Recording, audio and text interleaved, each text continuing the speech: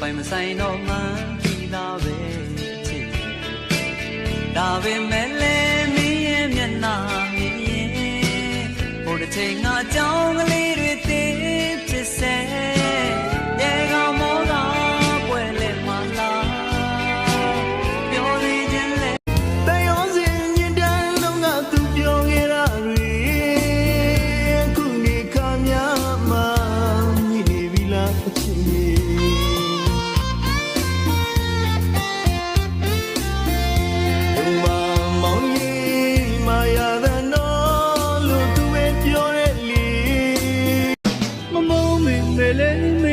သွားပြီမလား